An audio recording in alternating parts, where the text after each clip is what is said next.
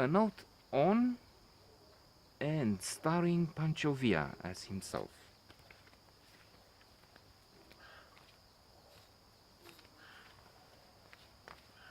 This is not a mistake I made. This is the name of the film, as and starring Pancho as himself. There's an intention uh, to to cause laughter, right there from the title, which is unusual, interesting, and so is the film, and the idea within the film. I was very entertained. I liked it very much, and I think it's very good, even if I see it wasn't really noticed, given that only a few critics mention it, and it wasn't nominated really for any important awards, and for other less important, less awards. Antonio Banderas is very good as Pancho Villa.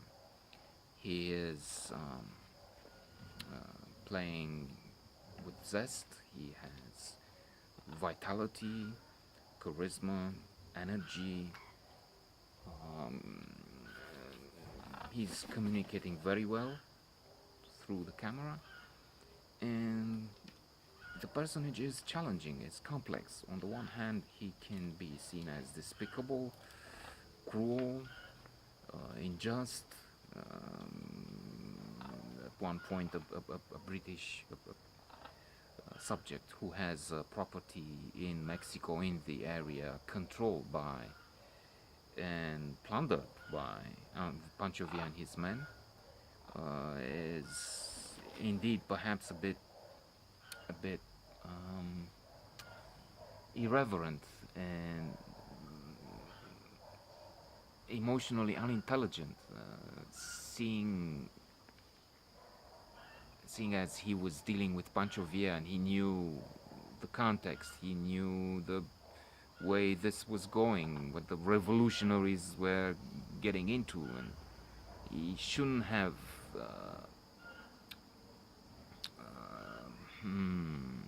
how should I say, confront this man in that style.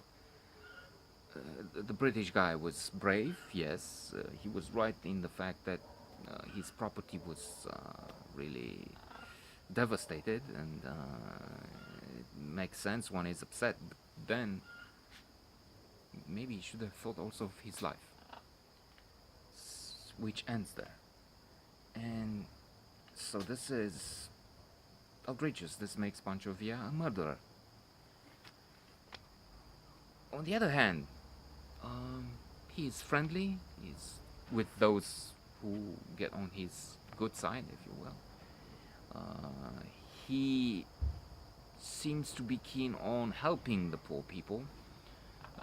Modest for a good time, when he's, for instance, he's presented with a script for a film in which he becomes president. He says, no, that's not. I mean, this is not my life. I will not do that. I want an educated. Mexico needs an educated man, someone with schooling, with not me. So he knows his limits. As I say, this is an interesting, complex character. What makes this unique and outre is the idea at the center of the film. Getting involved in this revolution, trying to fight for the good and the just cause, supposedly, with the caveat that hell is paved with good intentions.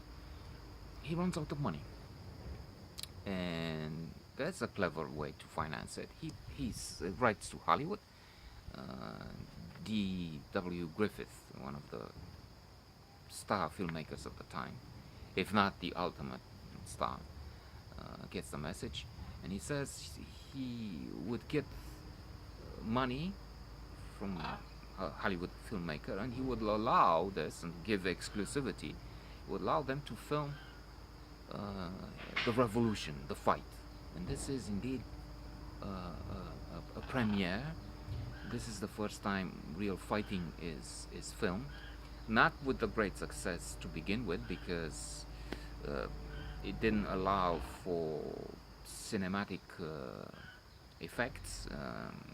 Pancho Villa, in the first place, real as he was on the first scenes filmed there, looked ridiculous at the screening.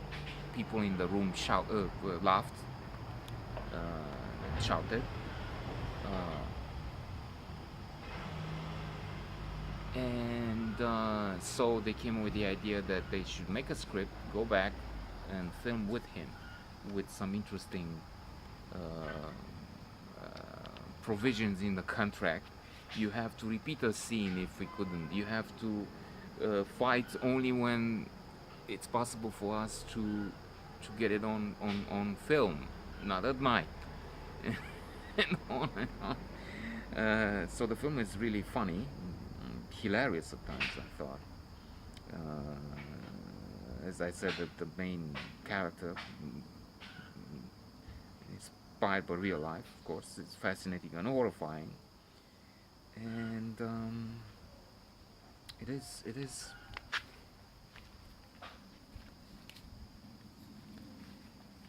to my mind, in my view, it's a pity it didn't get more uh, publicity, more coverage. It didn't get more recognition.